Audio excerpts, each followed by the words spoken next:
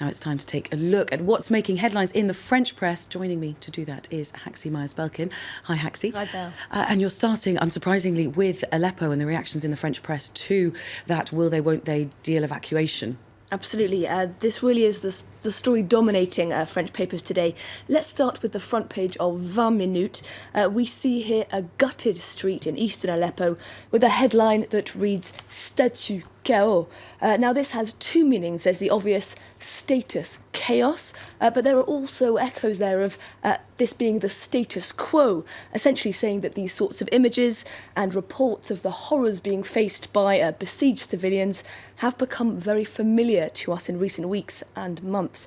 And now if we take a look at the front page of Catholic paper La Croix, they've opted for this very stark image of a man staring down the lens, carrying a small child as he, we presume, evacuates his home, his neighbourhood. Aleppo, autopsy of a failure, reads the headline here. And just underneath, the battle for Aleppo is coming to an end, cementing the triumph of main actor Russia and of Iran. Russia and Iran, of course, staunch allies of Syrian President Bashar al-Assad. And moving on quickly to the front page of French left-wing daily Libération, you can see that the paper's opted for that same image of that man and the child, this time with the headline, Aleppo, why have we let this happen? And you found a piece in a centre-right paper, the Le Figaro, that puts the blame, at least in part for this, on President Obama. Yes, headlined An Indelible Stain on Obama's Legacy. This article predicts that the destruction of Syria on his watch will weigh as heavily around Obama's neck as Bill Clinton's decision not to intervene to prevent the Rwandan genocide in 1994 hangs around his. We read here that Obama's method of leading from behind, that is supporting local rebel forces rather than committing to any boots on the ground, has been directionless, and that, what's worse, it's probably actually helped President Bashar al-Assad and the Islamic State organisation. And there are also in some of the French papers a lot of cartoons this morning showing Putin as a sort of puppet master. They are, yes. Let's take a look at this one in a liberal daily, L'Opinion. Putin here is dressed as an aviation chief to remind us just how decisive Russia's aerial bombardment of Aleppo has been in Assad's victory. He reports to Assad that America is paralysed while India and China simply don't care. And Europe, asks Assad. It's not nice to make fun of them, replies Putin.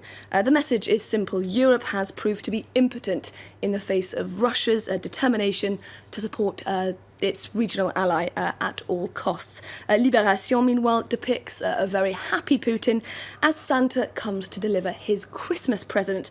That present, of course, as you can see there, is Donald Trump. Trump, of course, coming under a lot of scrutiny in the last few days for his apparent desire to strengthen relations with Russia. And what about what reaction are the French papers having to French politicians, I guess, reactions and actions after all of this news? Yes, or rather, the question really today is that lack of reaction. The headline in L'Obs reads, Aleppo, the worrying silence of François Fillon. Fillon, of course, is hoping to be France's next president. He's the Conservative presidential candidate.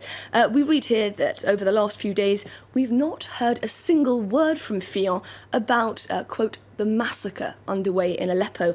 We're reminded that Fillon has never tried to hide his close relationship with Vladimir Putin, and that in 2015 he even called for the French government to come to Assad's aid in the Syrian civil war.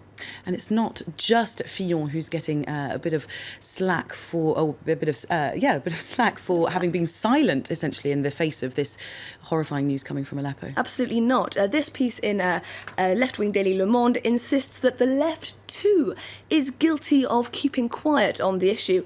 While presidential candidates Manuel Valls and Arnaud Montebourg have come out explicitly against Russian and Syrian actions in Aleppo, neither far-left candidate Jean-Luc Mélenchon nor young liberal firebrand Emmanuel Macron have said a word.